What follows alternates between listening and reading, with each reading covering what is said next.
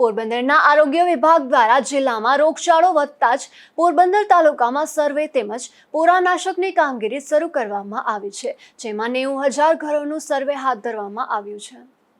પોરબંદર જિલ્લામાં હાલ વાદળછાયું વાતાવરણ અને મિશ્ર ઋતુને લઈને તાવ, શરદી, ઉધરસ, ડેન્ગ્યુ, ચિકનગુનિયા અને મલેરિયા સહિતના રોગોમાં વધારો નોંધાયો છે, જેને લઈને પોરબંદરના આરોગ્ય વિભાગના આરોગ્ય અધિકારી ડોક્ટર ધીરેન્દ્ર મહેતા અને તાલુકા હેલ્થ ઓફિસર પિયુષ વાઝા દ્વારા ડોર ટુ ડોર સર્વેની કામગીરી હાથ ધરવામાં આવી હતી। આ સર્વેમાં પોરબંદર તાલુકામાં આરોગ્ય વિભાગની 180 ટીમો મારફતે 90,000 ઘરોમાં પોરાનાશક તેમજ સર્વેની કામગીરી હાથ ધરવામાં આવી હતી।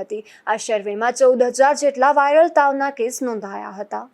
તાલુકા હેલ્થ ઓફિસર પોરબંદર હાલમાં જે ચોમાસાની સિઝન બાદ આપણા પોરબંદર શહેરી તથા ગ્રામ્ય વિસ્તારમાં રોગચાળો ન વકરે, જેમ કે પાણીજન્ય રોગચાળો, વાહકજન્ય રોગચાળો એનો વધારો ન થાય તે હેતુસર અમારી આરોગ્ય વિભાગની વિવિધ ટીમ જેમ કે female health worker, multipurpose health worker, આશાબેનો વગેરે જે તે વિસ્તારના અમારા જે આરોગ્યના કર્મચારીઓ છે તેઓ દ્વારા ઘરે ઘરે જઈ અને લોકોને આ બાબતે આરોગ્ય શિક્ષણ પૂરું પાડવામાં આવે છે।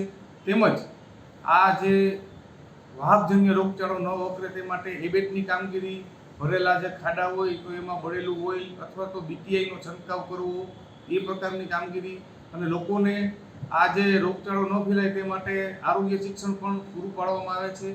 તેમજ પાણીજન્ય રોગચાળો ન ફેલાય તે હેતુ માટે લોકોને ક્લોરીનની ટેબ્લેટ જરૂર હોય તો આપવામાં આવે છે।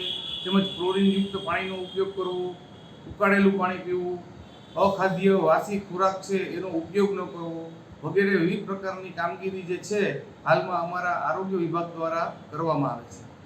આ સર્વે દરમિયાન આરોગ્ય વિભાગની ટીમ દ્વારા ઝાડા ઉલટીના 60 તેમજ શરદી ઉધરસના 433 જેટલા કેસ મળ્યા હતા, તો મેલેરિયાની તપાસ માટે 14,000 લોકોના લોહીના સેમ્પલ લેવામાં આવ્યા હતા।